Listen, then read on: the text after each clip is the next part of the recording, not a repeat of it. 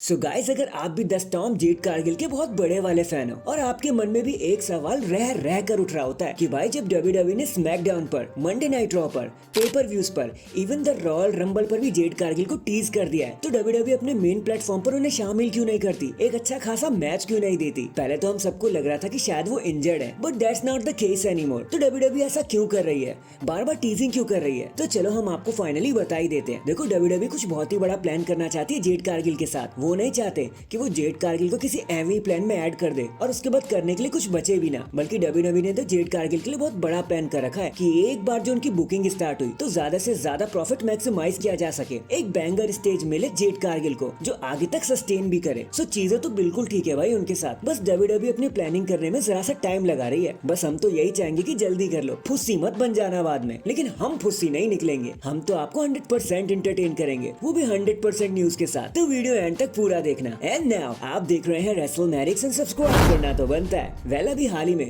The phenomenal one AJ Styles ने एक important interview दिया जहां उन्होंने टामा टोंगा एंड फ्यूचर स्टार्स के बारे में काफी इंपॉर्टेंट बातें कही। उन्होंने बताया कि कैसे डब्ल्यूडब्ल्यूई अपने विंग्स को और फैला रही है। सबको लगा था कि विंग्स के जाने के बाद अब सब खत्म हो गया, सारी लुटिया ही डूब गई, बट अब सबको समझ आ रहा होगा कि डब्ल्यूडब्ल्यूई ने तो अभी बस शुरू किया है। हम हार नहीं मानने वाले, सिर्फ अमेरिका या इंग्लैंड तक ही सीमित नहीं है, हम पूरी दुनिया में शोज कर रहे हैं। आगे चलते हुए उन्होंने ये भी बताया कि ट्रिपल एच एक बहुत अच्छे लीडर है, वो बहुत प्यारे हैं, वो विंस मैकमैन जैसे नहीं है कि आपको रिलीज कर दिया, आपका खून चूस लिया और फिर आपको एक समय पर आकर भूल जाए, क्रश ही कर दिया। बल्कि ट्रिपल एच तो हर किसी को इम्पोर्टेंट फील करवाते हैं। Even if you are releasing और leaving the company, triple H आपको समझते हैं, आपको बताते हैं कि आप कंपनी के लिए कितने इंपॉर्टेंट थे और अब आगे आप क्या कुछ कर सकते हो। इसलिए ट्रिपल एच काफी डिफरेंट है। अब डब्ल्यूडब्ल्यूई वो नहीं रहा जो कभी हुआ करता था। यहाँ आजादी है, यहाँ खुशियाँ। वैसे जो भी बातें एजे स्टाइल ने कही वो एकदम सच है। हम सब जानते हैं कि ट्रिपल एच ने किस तरह सबको अपने बच्चे की तरह संभाल के रखा है और एक लीडर यही तो करता है और एक असली राजा यही करता है कि वो अपने प्रजा को अपने बाद नहीं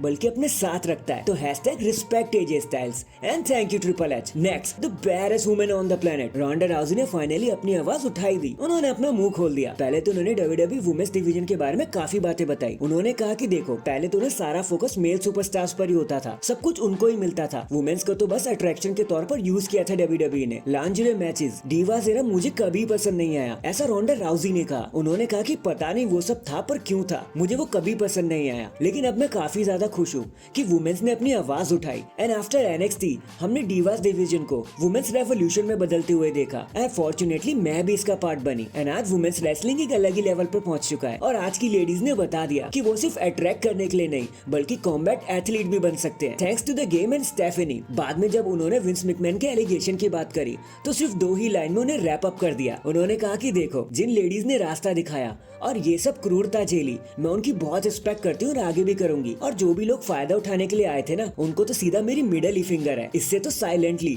रोंडा राउजी ने जो भी कहना था विंस के बारे में सब कुछ खुले आम कह दिया और किसी को बुरा भी नहीं लगा। और बुरा लगना भी क्यों है भाई, रोंडा राउजी ने वही कहा जो सच है। रोंडा राउजी का गुस्सा होना एकदम लाजमी है और गुस्सा उन्हें आना भी चाहिए।